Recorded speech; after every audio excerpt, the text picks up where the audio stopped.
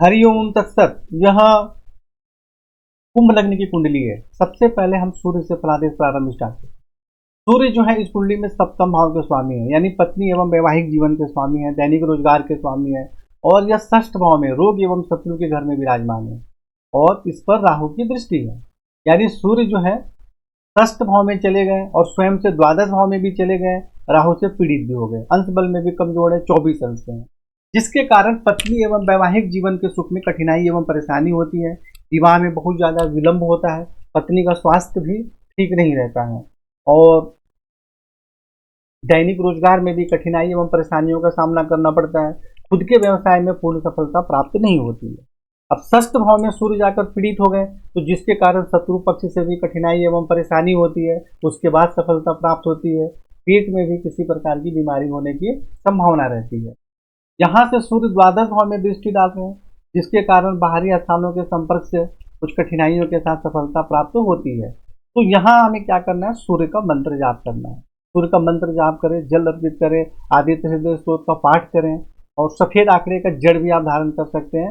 राहु से संबंधित दान एवं उपाय करना है। राहु का रत्न धारण नहीं करना है बिल्कुल भी। चंद्रमा के विषय में चर्चा करते हैं तो चंद्रमा इस कुंडली में षष्ठ भाव के स्वामी है और यह तृतीय भाव में विराजमान है और इस पर शनि की दृष्टि है।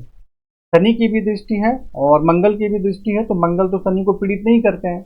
अब यहाँ देखिए शनि 4 अंश के हैं और चंद्रमा है 23 अंश के। तो अब यहाँ पे कई आदमी बोलेंगे कि भाई अंशात्मक दूरी हो गई तो परेशानी नहीं बनेगा, लेकिन मैंने कई कुंडली में देखा है कि ऐसे लोग मान के बैठे थे कि हाँ मुझे परेशानी नहीं होगी और बाद में उनको विकट परिस्थिति में परेशानी आ गई और उनको परेशानी झेलना पड़े। तो इसलिए यह हम मानकर ना बैठे। ये जरूर है कि अगर यह 9 अंश के अंदर दूरी होती, 10 अंश के अंदर लगभग दूरी होती तो प्रभाव ज्यादा होगा, लेकिन अंशात्मक दूरी ज्यादा है तो प्रभाव कम होगा, लेकिन प्रभाव होगा जरूर। इस गलतफहमी में न रहे कि प्रभाव नहीं होगा। तो तृतीय भाव में चंद्रमा के पीड़ित होने के कारण भाई बहन के सुख में कुछ परेशानी होती है, मतभेद भी हो जाता है, मानसिक परेशानी भी बनी रहती है और रोग एवं शत्रु से भी कठिनाई एवं परेशानियों का सामना करना पड़ता है। और दूसरी बात कि चंद्रमा जो है इस पर चलो मंगल की तो दृष्टि है, जिसके कारण तो थोड़ा उसका मतलब कि फल में वृद्धि होगी। जैसे कि हम बोलते हैं ना कि दोनों तरफ अगर कोई शुभ ग्रह ना हो तो केमद्रुम योग बन जाता है, लेकिन यहाँ पर क्या है, मंगल की दृष्टि इसके ऊपर है, तो जिसके कारण हम पूर्णतः केमद्रुम योग नहीं मानेंगे मेरे अनुसार। लेकिन फिर भी आपको चंद्रमा का मंत्र जाप तो करना है। अगर आप चंद्रमा का मंत्र जाप करते हैं, सफेद चंदन का तिलक लगाते हैं, शिव जी की उपासना करते हैं और शनि से संबंधित उपाय करते हैं, तो चाहे केमद्रुम हो वो या ना हो, चाहे किसी भी प्रकार की चंद्रमा से संबंधित जो परेशानी है वह समाप्त होगी। आपको समस्या ठीक करने से मतलब है, फलादेश का नियम जानने से क्या मतलब है। तो अब यहाँ जान लीजिए कि आपको चंद्रमा की शुभता के लिए जो उपाय आपको बताए गए हैं वह उपाय करना जरूरी है। मंगल इस कुंडली में कौन है भाई, तृतीय भाव के स्वामी है और दसम भाव के स्वामी है और यहाँ चले गए अष्टम भाव में, 5 अंश के, अंश बल में भी बिल्कुल कमजोर है और मंगल पर केतु की दृष्टि भी है। तो अब यहाँ अष्टम भाव में जाके मंगल केतु से पीड़ित हो गए, अंश बल में कमजोर हो गए, जिसके कारण पिता राज्य एवं रोजगार के क्षेत्र में कठिनाई एवं परेशानियों का सामना करना पड़ता है। स्वयं के व्यवसाय में पूर्ण सफलता प्राप्त नहीं होती है, ऐसे व्यक्ति को नौकरी करना चाहिए। और जो अष्टम भाव होता है वह विदेश का होता है या समुद्र के पार का भी जगह होता है, जिस प्रकार द्वादश भाव भी जन्म स्थान से दूर का होता है। तो ऐसे व्यक्ति अपने जन्म स्थान के दूर या बाहरी स्थानों के संपर्क से कोई जॉब करते हैं तो उसमें अच्छी सफलता प्राप्त होती है। परंतु मंगल पर केतु की दृष्टि है, जिसके कारण तो रोजगार में तो परेशानी होगी ही, पिता के भी से भी मतभेद होगा। और यहाँ पर अष्टम भाव में आयु के घर में जाके मंगल पर केतु की दृष्टि हो गई, तो जिसके कारण स्वास्थ्य एवं आयु के संबंध में भी परेशानी होती है, चोट इत्यादि भी लगने की संभावना रहती है। मंगल यहाँ से दृष्टि डाल रहे हैं एकादश भाव में, जिसके कारण आमदनी के क्षेत्र में बहुत अच्छी सफलता प्राप्त होती है। द्वितीय भाव में दृष्टि के कारण धन एवं कुटुंब का श्रेष्ठ सुख प्राप्त होता है और तृतीय भाव में दृष्टि के कारण पराक्रम में वृद्धि होती है, भाई बहन का सुख प्राप्त होता है। ऐसे व्यक्ति हिम्मती, निडर और परिश्रमी भी होते हैं। इसलिए सिर्फ एक ही ग्रह के फलादेश को आखिरी निर्णय नहीं मानना चाहिए। जैसा कि मैंने यहाँ बता दिया कि चंद्रमा पर शनि की दृष्टि है, तो जिसके कारण भाई बहन के सुख में कुछ परेशानी होगी, लेकिन मंगल जब स्वराशि में देख रहे हैं तो भाई बहन के सुख में सहयोग एवं सफलता भी प्राप्त होगी। तो यह दोनों ही ग्रहों के फलादेश को देखना चाहिए। अगर किसी भी प्रकार से कोई ग्रह परेशानी का योग बना रहे हैं तो हमें उसका उपाय करना जरूरी है। अब जैसे मंगल इस दोनों घर में दृष्टि डालकर बहुत अच्छा लाभ दे रहे हैं, लेकिन जब कमजोर और पीड़ित है तो कहाँ लाभ मिलेगा। तो इन दोनों से संबंधित भी लाभ लेने के लिए, रोजगार में, जॉब में उन्नति के लिए भी मंगल को प्रबल करना आवश्यक है और केतु से संबंधित दान एवं उपाय करना भी आवश्यक है। बुध जो है इस कुंडली में पंचम भाव के स्वामी है और अष्टम भाव के स्वामी है, आयु के स्वामी है। और ये कहाँ चले गए? षष्ठ भाव में चले गए, रोग एवं शत्रु के घर में चले गए। अब यहाँ पर बुध आदित्य योग तो बन रहा है, लेकिन यहाँ षष्ठ भाव में बन रहा है तो इसका कोई रोल भी नहीं है और सूर्य राहु से पीड़ित भी है, तो इस बुध आदित्य योग का सपना देखने से कोई मतलब नहीं है। तो बुध यहाँ चले गए तो क्या होगा? नौकरी में सफलता प्राप्त होगी, परंतु विद्या बुद्धि संतान के सुख में कुछ कमी एवं परेशानी होगी। कमी परेशानी का मतलब ऐसा नहीं है कि संतान नहीं होगा, संतान होगा, परंतु कई बार उससे दूरी हो जाए या मतभेद हो जाए या उसकी उन्नति सही प्रकार से ना हो जाए, इन सब चीजों को समझना जरूरी है। अब यहाँ से बुध दृष्टि डालेंगे द्वादश भाव में तो क्या होगा? बाहरी स्थानों के संपर्क से आपको सहयोग एवं सफलता प्राप्त होगा। और यहाँ पे आपको बुद्ध का मंत्र जाप करें, इसको प्रबल करें, जिससे कि आपको श्रेष्ठ लाभ प्राप्त हो सके। और यहाँ से गुरु के विषय में चर्चा करते हैं। तो गुरु इस कुंडली में धन के एवं आमदनी के स्वामी है, दोनों के स्वामी है। तो कुंभ लग्न की कुंडली में धन के लिए, धन को संग्रह करने के लिए और धन प्राप्त करने के लिए गुरु का सबसे ज्यादा महत्व है। हालांकि अब नियम के अनुसार इसको अकारक माना जाता है, लेकिन धन के लिए इसका बहुत ही ज्यादा उपयोग है। और यहाँ गुरु पर भी केतु की दृष्टि है, लेकिन केतु गुरु को पीड़ित नहीं करते हैं, इसलिए इसको छोड़ देते हैं। परंतु जब धनेश और आयेश दोनों ही अष्टम भाव में चले आएंगे तो आमदनी प्राप्त करने में बहुत ज्यादा कठिनाई एवं परेशानी होती है, बहुत मुश्किल से पैसा निकलता है। ऐसा लोग बोलते हैं कि अष्टम भाव अचानक लाभ प्राप्ति का योग होता है, लेकिन बहुत कठिनाई से पैसा निकलता है। आमदनी प्राप्त करने में भी कठिनाई एवं परेशानी होती है और किसी को उधार धन देने पर मिलता नहीं है। लेकिन यहाँ से गुरु अपने घर में भी देख रहे हैं, तो जिसके कारण धन एवं कुटुंब का श्रेष्ठ सुख भी प्राप्त होता है। तो अपने को दोनों ही तरीके से देखना पड़ेगा। और जब चतुर्थ भाव में दृष्टि डालते हैं तो माता भूमि भुवन का सुख प्राप्त होता है। तो आपको यहाँ पे गुरु 18 अंश के हैं, अंश बल में तो मजबूत है।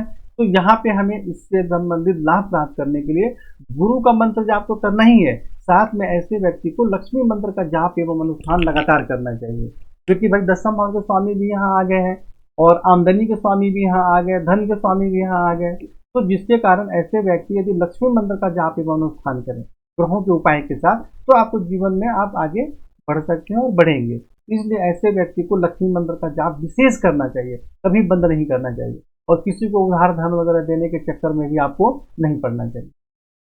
शुक्र जो है इस कुंडली में चतुर्थ भाव के स्वामी है और नवम भाव के स्वामी है, राजयोग कारक ग्रह है, केंद्र और त्रिकोण के स्वामी है और यह पंचम भाव में बैठे हैं। यह सबसे अच्छा योग कुंडली में।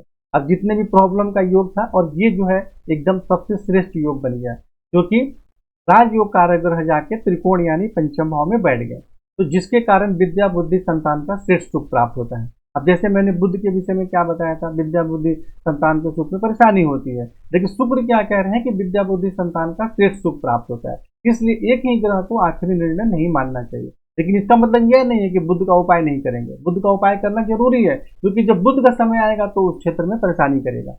तो यहाँ विराजमान होने के कारण विद्या बुद्धि संतान का श्रेष्ठ सुख प्राप्त होता है। माता जमीन जायदाद प्रॉपर्टी वाहन का भी श्रेष्ठ सुख प्राप्त होता है। भाग्य की विशेष उन्नति होती है, धर्म का पालन करते हैं, उच्च शिक्षा भी अच्छी प्राप्त होती है। और यहाँ से शुक्र जब एकादश भाव में दृष्टि डालेंगे तो आमदनी भी बहुत अच्छी हो। तो शुक्र आपकी कुंडली में सबसे श्रेष्ठ लाभ दे रहा है और यह किसी भी ग्रह से किसी भी प्रकार से पीड़ित भी नहीं हो रहा है। तो शुक्र की जो दशा अंतरदशा होगी यह आपके जीवन का सबसे क्रीम पीरियड होगा। शनि जो है इस कुंडली में लग्नेश है। अब लग्नेश भी प्रॉब्लम कर सकते हैं जीवन में, और द्वादश भाव के भी स्वामी है, लग्न में बैठे हुए हैं। 4 अंश के हैं लेकिन वक्री है, 4 अंश के हैं और वक्री है, इसलिए इसको कमजोर नहीं माना जाएगा। तो लग्न में विराजमान होने के कारण शारीरिक स्वास्थ्य सौंदर्य सम्मान प्रतिष्ठा में वृद्धि होती है। परंतु यहाँ से जो तृतीय भाव में जब दृष्टि डालेंगे तो जिसके कारण पराक्रम में तो वृद्धि होती है, परंतु भाई बहन के सुख में परेशानी भी होती है, कुछ मतभेद भी होता है। कई बार ऐसा होता है कि पहले तो शुरू में भाई बहन से अच्छा संबंध रहता है, लेकिन कई बार बाद में आगे बिगड़ भी जाता है। तो आपको सावधान रहना चाहिए कि भाई से किसी प्रकार का संबंध खराब ना हो। और यहाँ से शनि जब सप्तम भाव में दृष्टि डालेंगे तो पत्नी एवं वैवाहिक जीवन के सुख में कठिनाई एवं परेशानी होती है और विवाह में बहुत ज्यादा विलंब भी होता है। और जब 10वें भाव में दृष्टि डालेंगे तो पिता राज रोजगार के क्षेत्र में कठिनाई एवं परेशानियों का सामना करना पड़ता है। अब कोई व्यक्ति बता दिया कि शनि तो 10वें भाव का कारक होता है, तो शनि यहाँ दृष्टि डालेगा तो रोजगार में बहुत सफलता देगा, तो अधूरा ज्ञान है। 10वें भाव का कारक होता है, लेकिन किस राशि में दृष्टि डाल रहा है, मित्र के कि शत्रु में, यह कौन देखेगा? पूरा सूत्र देखना पड़ेगा। सिर्फ एक ही सूत्र को रट लिए और उसके हिसाब से कुंडली विश्लेषण कर रहे हैं तो नहीं चलेगा। सभी सूत्र देखना पड़ेगा कि कारक होता है चाहे किसी का भी। मैं एक उदाहरण देकर आपको बताया 10वें भाव का, कि मतलब कोई भी ग्रह यदि किसी भाव का कारक होता है लेकिन वहां दृष्टि डालकर तभी लाभ देगा जब उसकी मित्र राशि है और उसका कोई शत्रु ग्रह भी वहां विराजमान नहीं है, तब देगा लाभ। सिर्फ ऐसे अधूरे ज्ञान से काम नहीं चलेगा। राहु के विषय में चर्चा करते हैं तो राहु यहाँ पे 10वें भाव में विराजमान है, जिसके कारण पिता राज रोजगार के क्षेत्र में कठिनाई एवं परेशानी होती है। द्वितीय भाव में दृष्टि डालेंगे तो धन एवं कुटुंब के सुख में भी कठिनाई एवं परेशानी होती है, धन का संग्रह ठीक से नहीं हो पाता है। लेकिन चतुर्थ भाव में दृष्टि डालेंगे तो माता भूमि भवन वाहन का सुख प्राप्त होता है। और षष्ठ भाव में जब दृष्टि डालेंगे सूर्य के ऊपर और चंद्रमा की राशि में, तो शत्रु पक्ष से कठिनाई एवं परेशानी होती है, परंतु उस पर विजय भी होती है। और पेट में, किडनी में और कमर दर्द में ये सब समस्याएं आपको हो सकती है, और ऐसा आज नहीं तो कल कभी न कभी ऐसा होगा जरूर, इसलिए आपको सावधान रहना चाहिए। उपाय के साथ साथ महामृत्युंजय मंत्र का जाप करना अत्यंत आवश्यक है। केतु यहाँ विराजमान है चतुर्थ भाव में, जिसके कारण कुछ कठिनाइयों के साथ माता भूमि भवन का सुख भी प्राप्त होता है। और केतु चतुर्थ भाव में रहते हैं तो मातृभूमि का योग भी करवा देते हैं। यहाँ से केतु दृष्टि डाल रहे हैं अष्टम भाव में मंगल पर, गुरु पर भी दृष्टि डाल रहे हैं, तो गुरु को तो कोई परेशानी नहीं करेंगे, परंतु मंगल पर जब दृष्टि डालेंगे तो पिता राज रोजगार के क्षेत्र में कठिनाई एवं परेशानी होगी, स्वास्थ्य एवं आयु के संबंध में भी परेशानी होगी, और पेट के सबसे निचले भाग में किसी प्रकार की बीमारी भी होने की संभावना रहती है। 10वें भाव में दृष्टि डालेंगे तो पिता राज रोजगार के क्षेत्र में कठिनाई एवं परेशानियों का सामना करना पड़ता है। द्वादश भाव में दृष्टि डालेंगे तो खर्च अधिक रहेगा, बाहरी स्थानों के संबंध से भी कठिनाई एवं परेशानी होती है, और पैर के सबसे निचले भाग में जो एड़ी इत्यादि होती है वहां पे चोट इत्यादि भी लगने की संभावना रहती है। कई बार नींद भी सही प्रकार से नहीं आती है। तो इस प्रकार आप समझकर फलादेश उपाय करें, जीवन में आगे बढ़ें और आप फोन से चर्चा करें। हरिओम तत्सत।